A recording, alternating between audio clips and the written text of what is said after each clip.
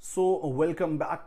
जय हिंद। कैसे हैं आप सब? खुदा से यही दुआ है आप जहां कहीं भी हो खैरियत से हो, अपनों के साथ में हो। This video is related to again information related to education system जो मैं आपके साथ में शेयर करना चाहता हूं।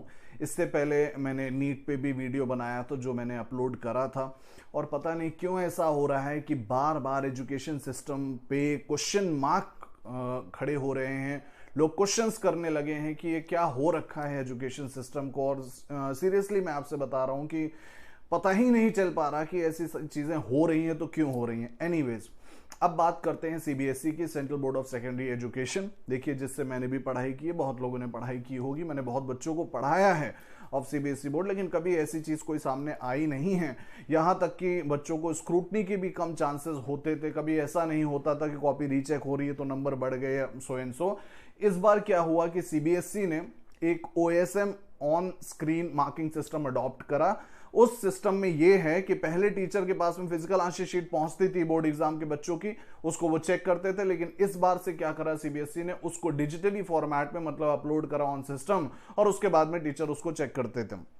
बहुत सारी दिक्कतें टीचरों के लिए भी आई, बिकॉज ये उनके लिए फर्स्ट टाइम था, और कोई भी टेक्नोलॉजी होती है यूं ही आप उसको नहीं सक्सीड कर पाते। उसके पायलट प्रोजेक्ट्स चलाए जाते हैं, उसकी ड्रॉबैक्स देखे जाते हैं, बहुत सारी चीज़ें हैं इंप्रूव की जाती हैं, और उसके बाद में उसको एक लार्ज लेवल पे हम लोग अडॉप्ट करते हैं, राइट।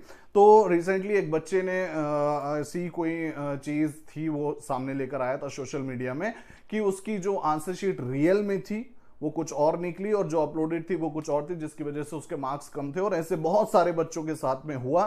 सीबीएसई ने अब सिस्टम में थोड़ा सुधार किया है और बच्चों को रिवैल्यूएशन का मौका दिया है, but question is not about the revaluation which you are providing, और not the question is arising कि आखिर एजुकेशन सिस्टम को हो क्या गया है, क्यों ये सारी चीजें हो रही हैं। पहले नीट, देन सीयूईटी का भी कुछ सुनने को मिला, अभी ये सीबीएसई वाला।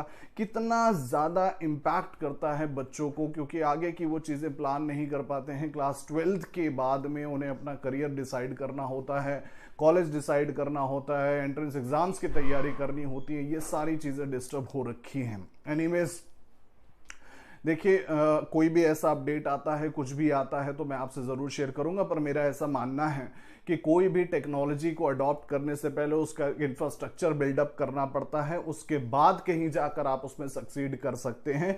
यूं ही किसी टेक्नोलॉजी को आप अडॉप्ट कर लो और ये सोच लो कि उसमें हम सक्सीड हो जाएंगे, ये बिल्कुल भी पॉसिबल नहीं है। चाहे कोई भी हम एग्जाम्पल ले लें या किसी भी कंट्री की हम देख लें, राइट। अपना और अपनों को ख्याल रखिएगा, दुआओं में याद रखिएगा। जय हिंद।